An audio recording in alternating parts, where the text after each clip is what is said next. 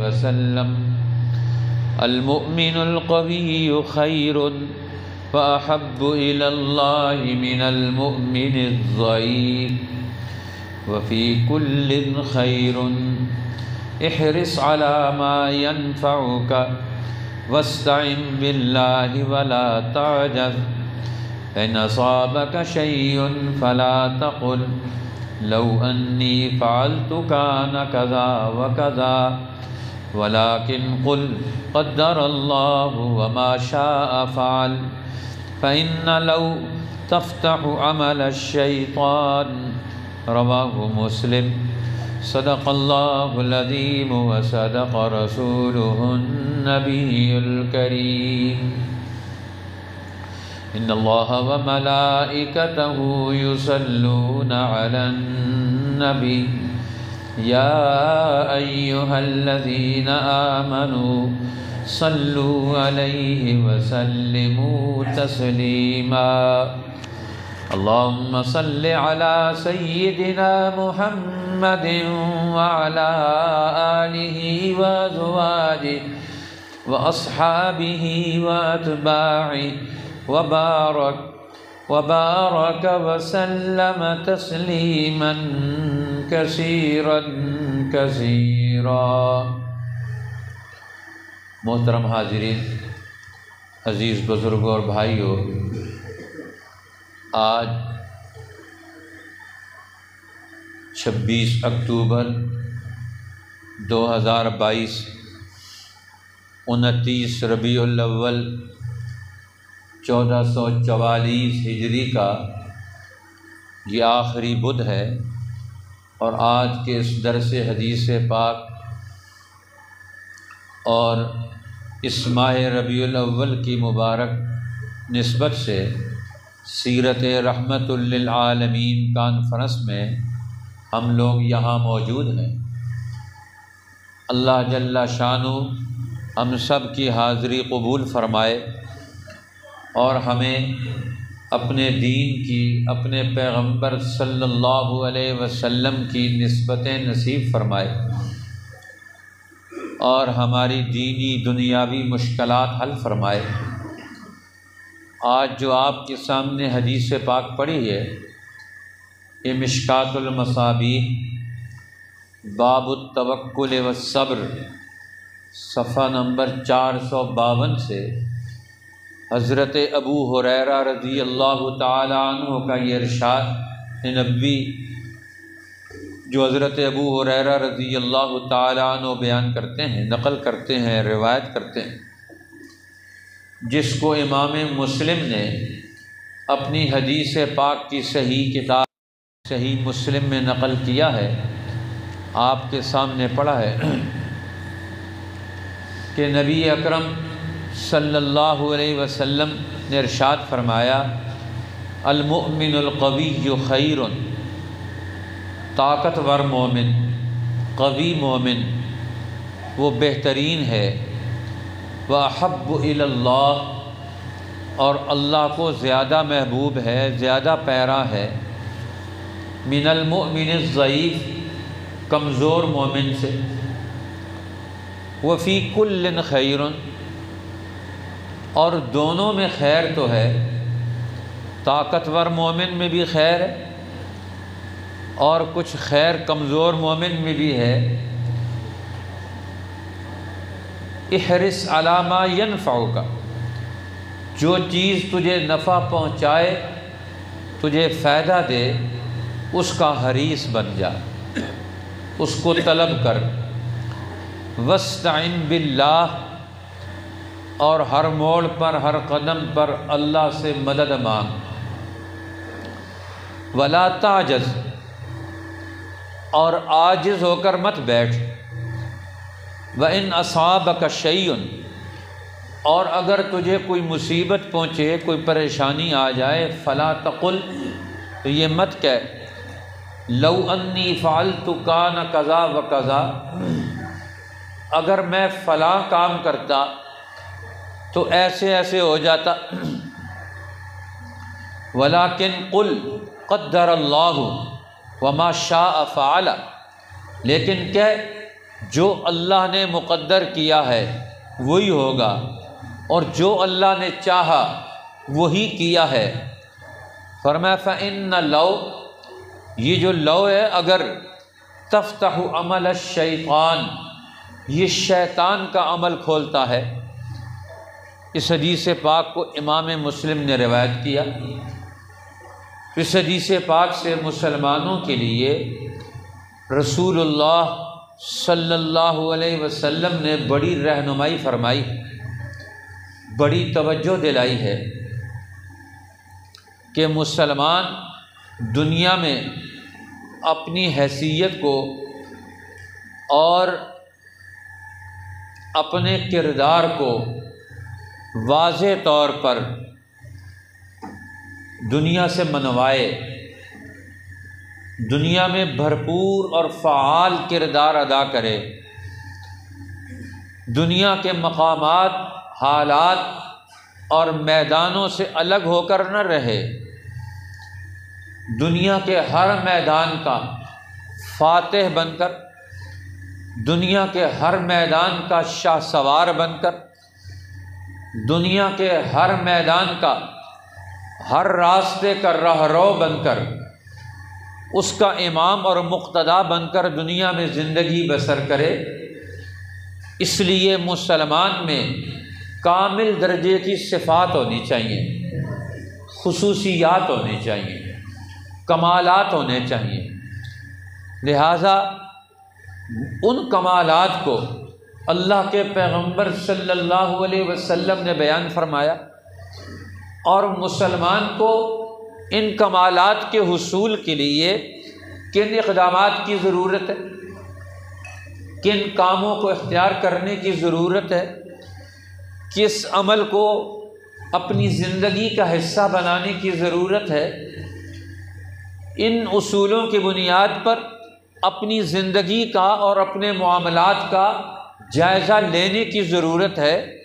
لہذا نبی اکرم صلی اللہ علیہ وسلم کا یہ ارشاد ہمیں یہ بڑی رہنمائی فراہم کرتا ہے، ہمارے لیے بڑی توجہ کا یہ ذریعہ ہے۔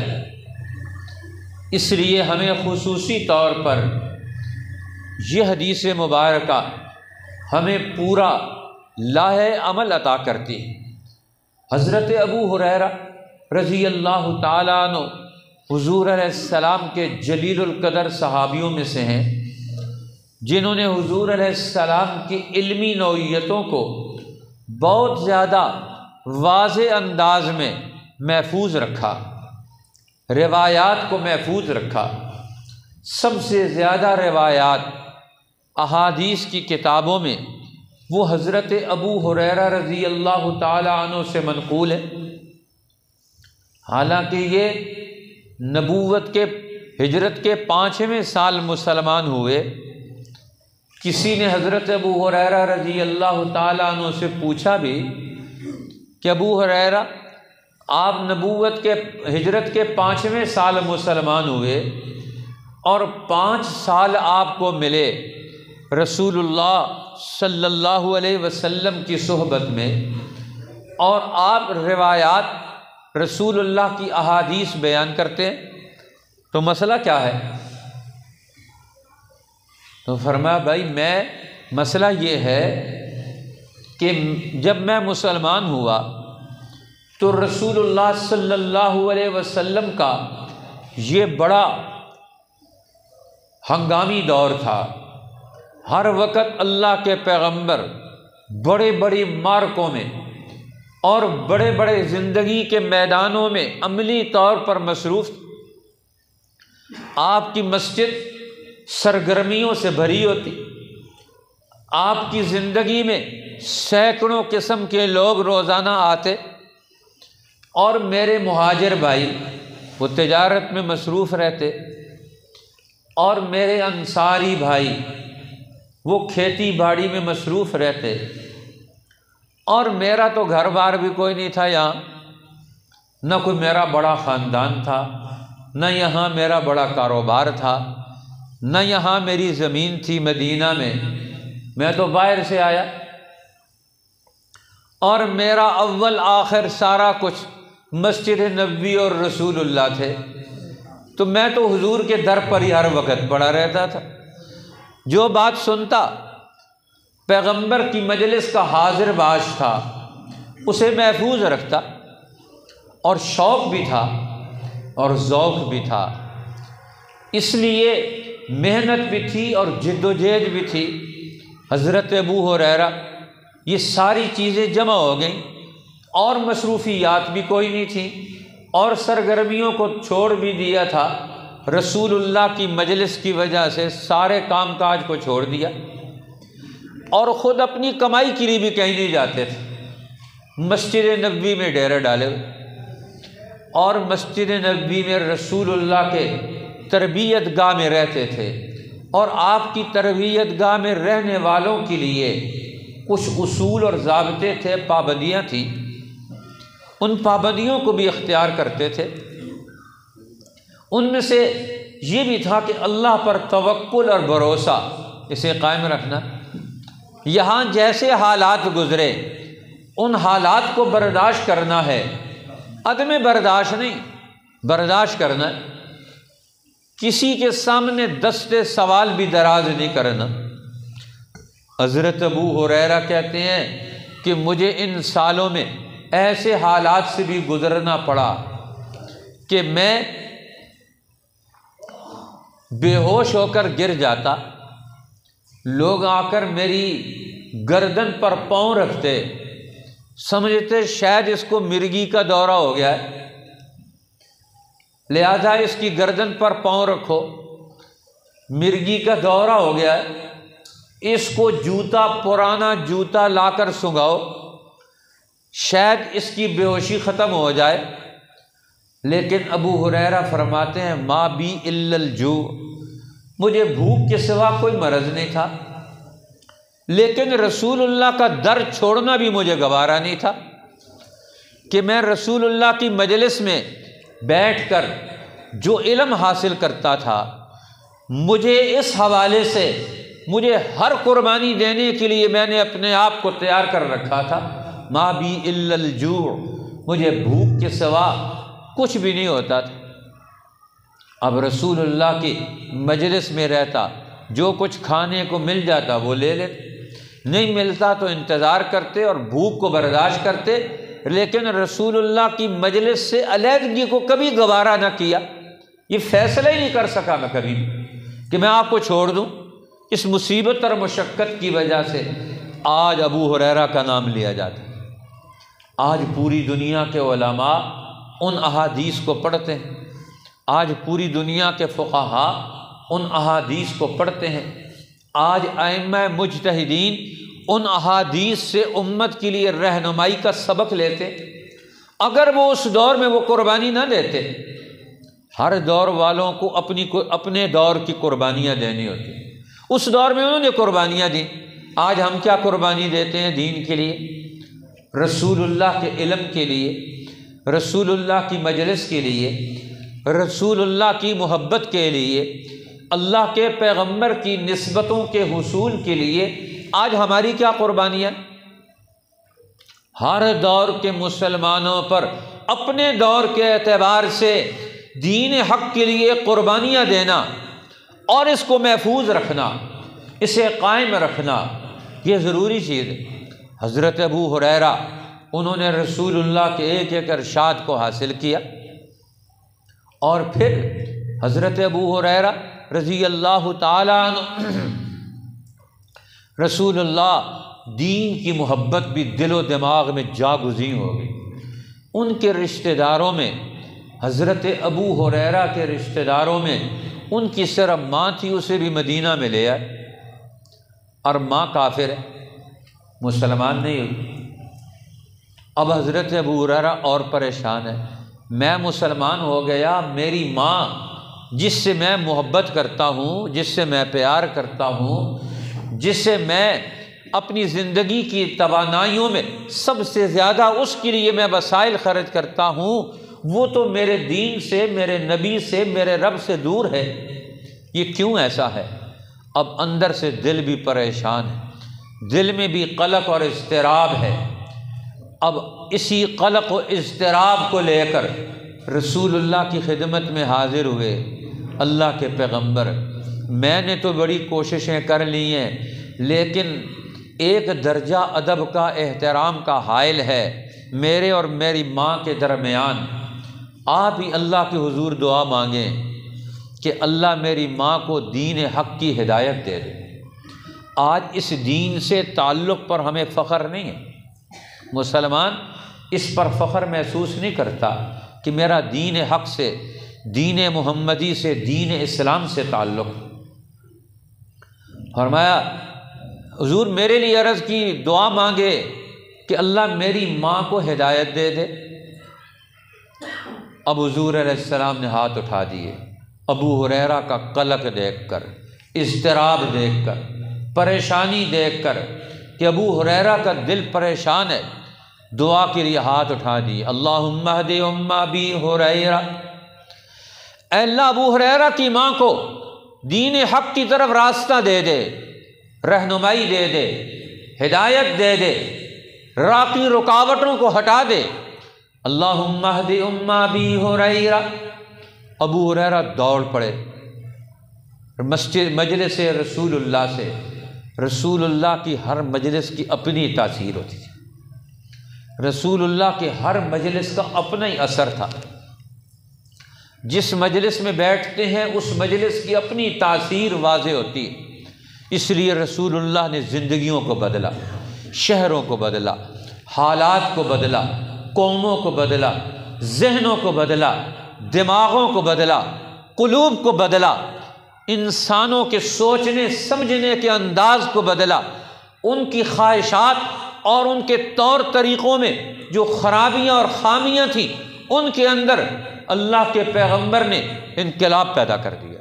ہر ایک ذات میں بھی انقلاب، گھروں میں بھی انقلاب، بازاروں میں بھی انقلاب، شہروں میں، ملکوں میں انقلاب، دیہاتوں میں، بڑے بڑے ایوانوں میں انقلاب پیدا کر دیا۔ ہر ایک ملک اور قوم میں ایک بہت بڑا دور، نیا دور پیدا کر دیا۔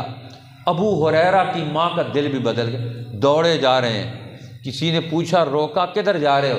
ان کا ٹھہرو، میں دیکھتا ہوں کہ ابو ہریرہ گھر پہلے پہنچتا ہے کہ میرے پیغمبر کی دعا پہلے پہنچتی ہے۔ اب گھر گئے تو دروازہ بند، دروازے پہ دستک دی تو فرمایا ماں نے ٹھہر جاؤ ابو ہریرہ، ٹھہر جاؤ۔ اندر سے غسل کی آواز آ رہی اور غسل کر کے نئے کپڑے پہن کر فرمایا مجھے بھی کلمہ پڑھا دو، میں بھی رسول اللہ کی امت میں، مسلمانوں میں شامل ہونا چاہتی۔ حضور نے فرمایا، وصیت فرمائی، فرمایا جب گھر میں جایا کرو تو سلام کیا کرو، اجازت لے کر داخل ہوا کرو۔ حضرت ابو ہریرہ نے کہا یا رسول اللہ میرے گھر میں تو صرف میں ہوں، میری ماں ہے، کیا میں اپنی ماں سے بھی گھر میں اجازت لے کر جایا کروں؟ ماں سے بھی اجازت لے کر جایا کروں؟ فرمایا ہاں، انسان مختلف حال میں رہتا ہے، کیا تم اپنی ماں کو ننگی حالت میں دیکھنا چاہتے ہو؟ میں نہیں۔ فرمایا سلام کر کے اجازت لے کر جایا کرو۔ ابو ہریرہ رضی اللہ تعالیٰ عنہ دوڑے جا رہے راستے سے، راستے میں رسول اللہ مل گئے۔ آپ نے سلام کیا ابو ہریرہ، سلام۔ ابو ہریرہ جواب ہی نہیں دیا، دوڑے جا رہے ہیں، کوئی سلام نہیں، کوئی کلام نہیں، کوئی جواب نہیں۔ تھوڑی دیر بعد واپس آئے حضرت ابو ہریرہ رضی اللہ تعالیٰ عنہ۔ آپ نے پوچھا ابو ہریرہ کیا بات تھی؟ میں نے سلام کیا تم نے جواب ہی نہیں دیا۔ کہنے لگے یا رسول اللہ میں ناپاک ہو گیا تھا، میرے اوپر غسل واجب ہو گیا تھا، اس لیے میں نے آپ کے سلام کا جواب نہیں دیا۔ میں نے کہا پہلے جا کر میں غسل کر لوں اور پھر جا کر میں آپ کے سلام کا جواب دوں گا۔ تو آپ نے فرمایا، یہ بھی ایک حدیث حضرت ابو ہریرہ نے نقل کی، ان المؤمن لا ینجس، مومن ایسا ناپاک نہیں ہوتا کہ کسی سے کلام گفتگو بھی نہ کرے، ہاتھ بھی نہ ملائے۔ اب جب یہ غسل اس پر فرض ہو جاتا ہے، واجب ہو جاتا ہے، تو فرمایا اس وقت یہ سلام کر سکتا ہے، سلام کا جواب دے سکتا ہے، یہ دعا مانگ سکتا ہے، دعا کر سکتا ہے، کسی سے بات چیت کر سکتا ہے، گفتگو کر سکتا ہے۔ اور میں اس میں ناپاکی کی حالت میں ایسی کوئی ضرورت نہیں ہے، ہاں نماز نہیں پڑھ سکتا، مسجد میں نہیں داخل ہو سکتا، قرآن پاک کی تلاوت نہیں کر سکتا۔ اب یہ مسئلہ بھی سمجھا دیا۔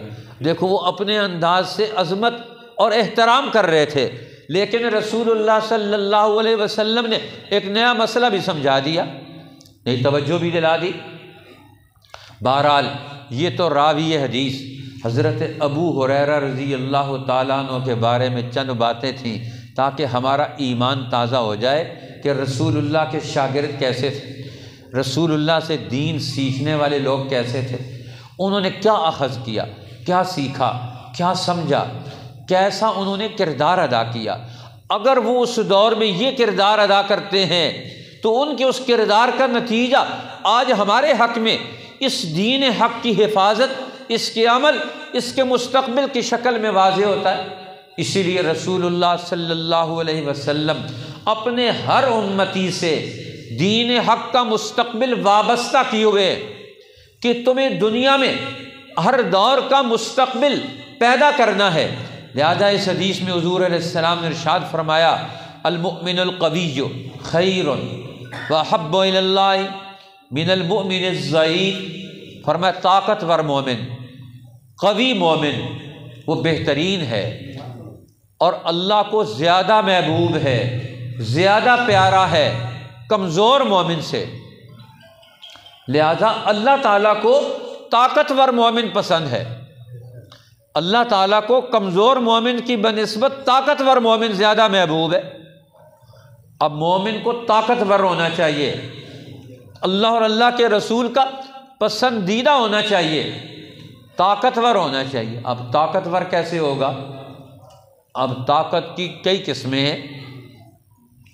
قوت کے اعتبار سے جسمانی قوت بھی ہو، یہ ہر وقت بیمار رہے، بیماریوں کا شکار رہے، کمزوریوں کا شکار ہو جائے، اس سے بھی بچنا چاہیے۔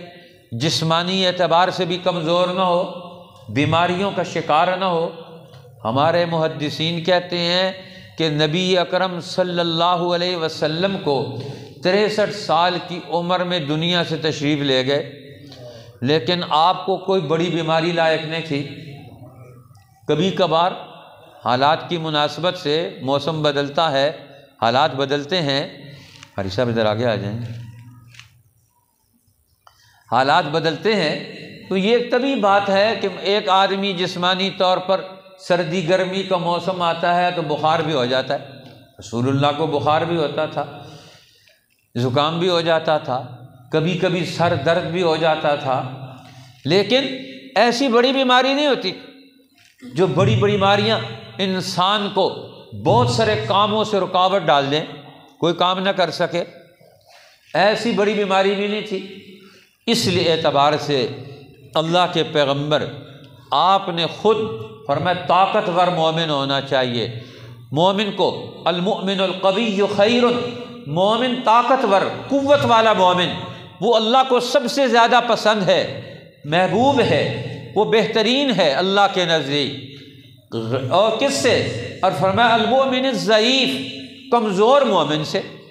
تو لہذا پہلا درجہ طاقتور مومن کا ہے، قوت والے مومن کا ہے۔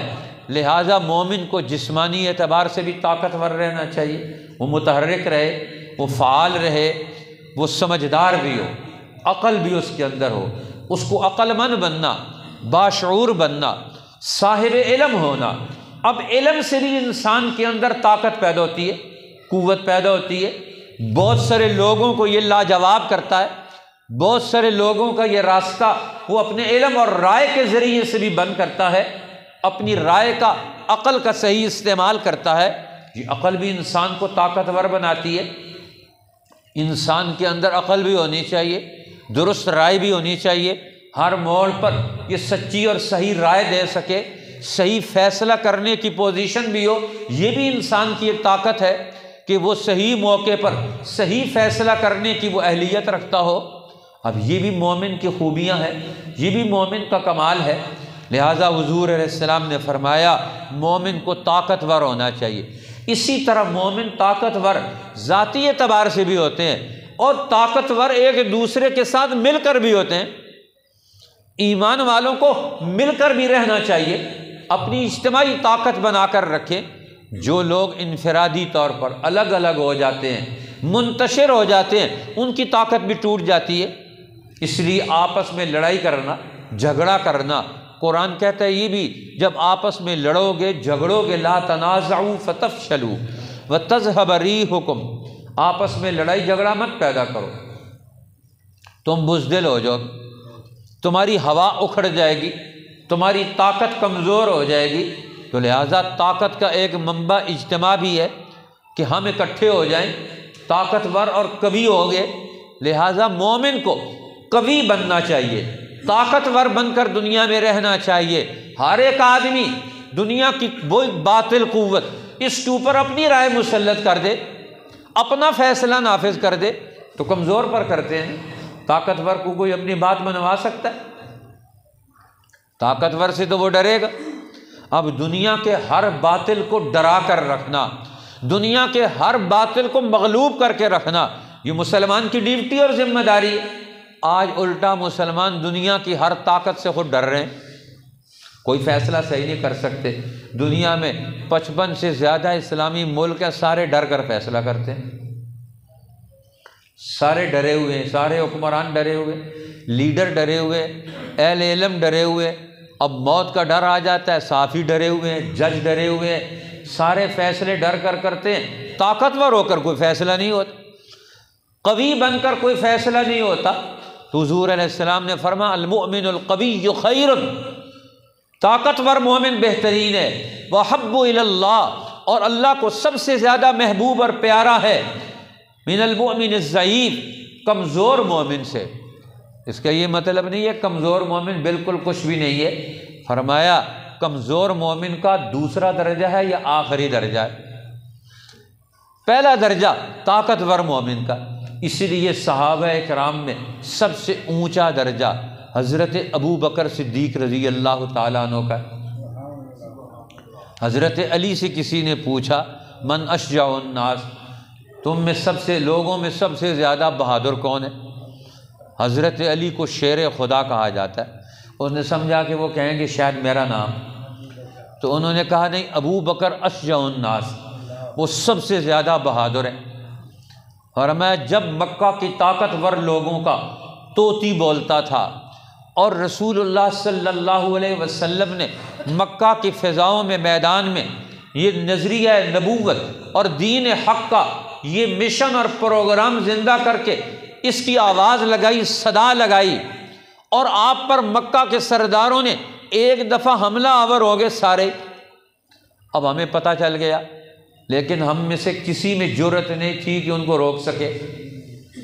ابو بکر صدیق کو کسی نے بتایا، وہ آئے دوڑے ہوئے حرم کے اندر، اور سب لوگوں کو انہوں نے وہاں سے ہٹایا، ایک کو دھکا دیا، دوسرے کو دھکا دیا، تیسرے کو دھکا دیا، اور سب سے انہوں نے چھڑا لیا، اور سب سے چھڑا کر رسول اللہ کو الگ کر لیا، اور انہوں نے کہا تقتلون رجلا ان یقول ربی اللہ، کیا تم اس آدمی کو قتل کرتے ہو، مارنا چاہتے ہو جو صرف اپنی ایک رائے، آزادانہ رائے پیش کرنا چاہتا ہے کہ میں اللہ کے سوا کسی اور کو رب نہیں مانتا، تو تم اس کی رائے دبانا چاہتے ہو؟ اس بنیاد پر کیوں قتل کرنا چاہتے ہو، کیوں مارنا چاہتے ہو؟ اب انہوں نے حضرت رسول اللہ کو چھوڑ دیا اور حضور علیہ السلام کے بدلے میں ابو بکر صدیق کو مارنا شروع کر دیا۔ انہوں نے مار کھا لی، لیکن پیچھے نہیں ہٹے، ان سے رسول اللہ کو چھڑوا دیا۔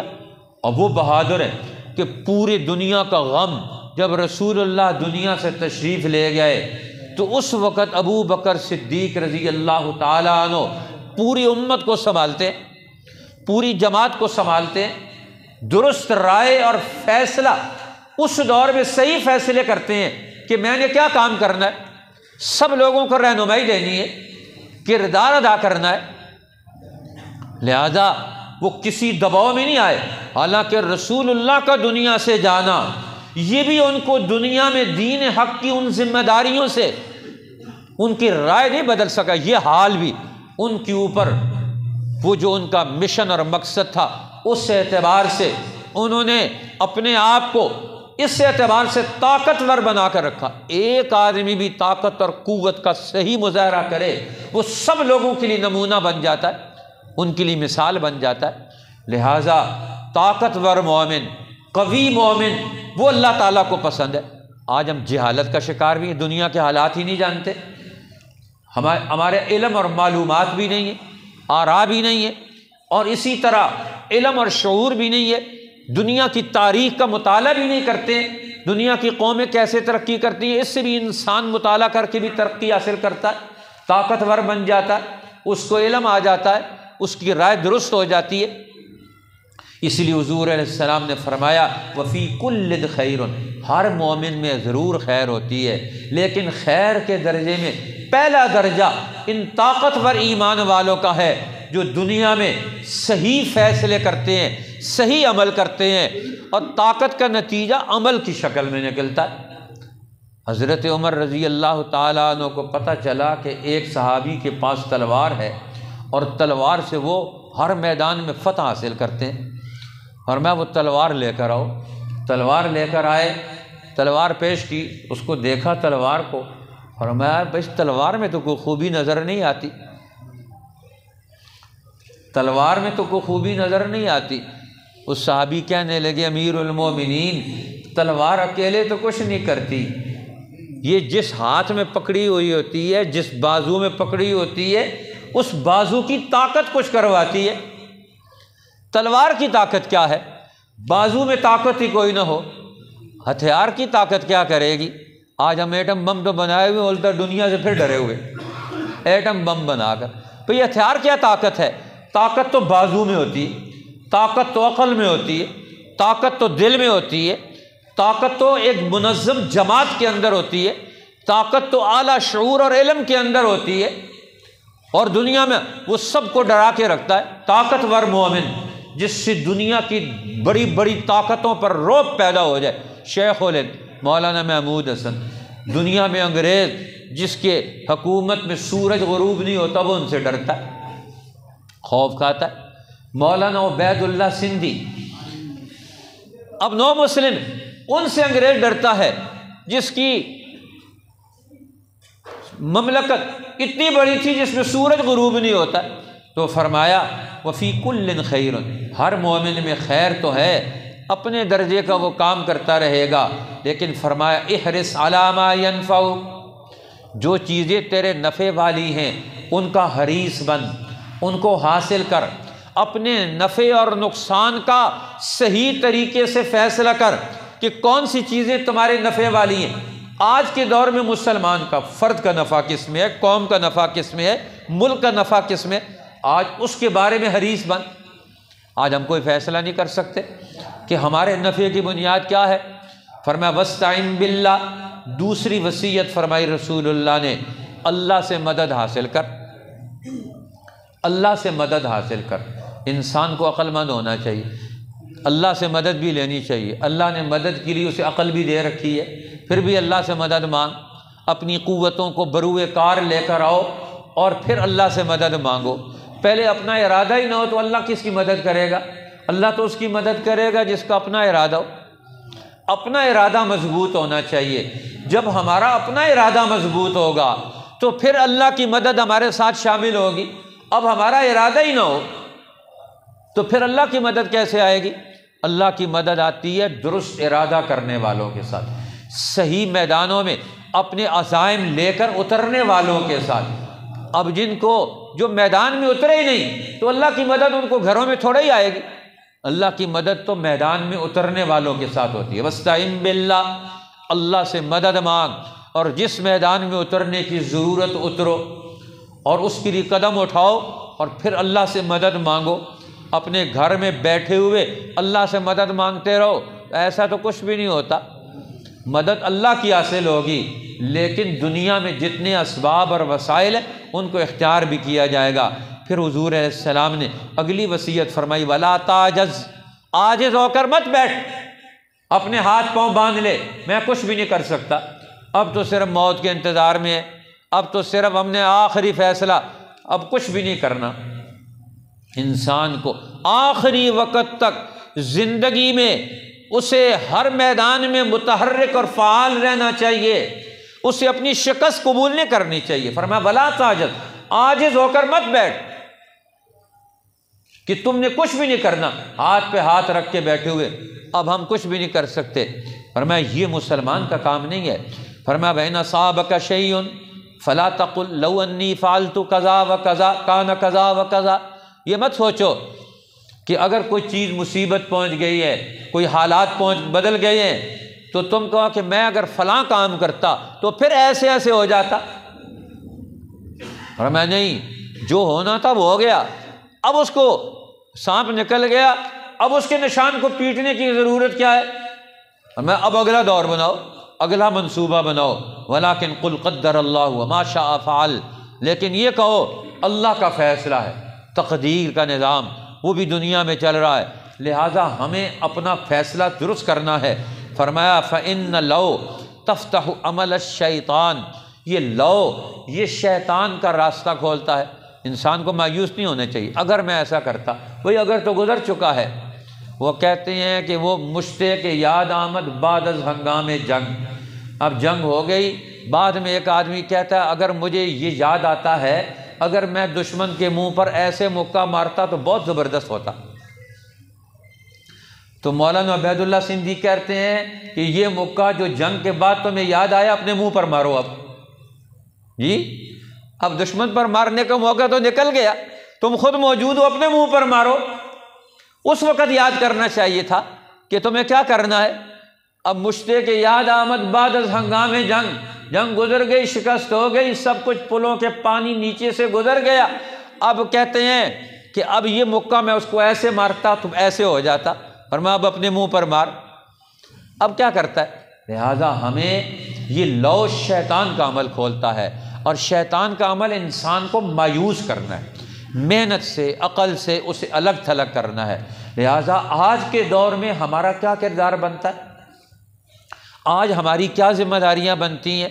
سیرت رسول سے تعلق کی بنیاد پر، دین کو ماننے کے اعتبار سے، قرآن کے تعلق کے اعتبار سے، آج اس امت کا حصہ بننے کے اعتبار سے آج ہمارے بوڑھوں کی کیا ذمہ داری ہے، جوانوں کی کیا ذمہ داری ہیں، تاجروں کی کیا ذمہ داری ہیں، طلباء کی کیا ذمہ داری ہیں، مردوں کی کیا ذمہ داری ہیں، عورتوں کی کیا ذمہ داری ہیں۔ سب لوگ اپنے اپنے گھروں میں ہاتھ پر ہاتھ رکھ کے بیٹھے رہیں، اپنے اپنے ذاتی اور انفرادی کاموں میں مصروف ہو جائیں، اس کا مطلب سب لوگوں نے شکست قبول کی ہوئی ہے۔ یہ تو رسول اللہ کی امت کا کام نہیں ہے۔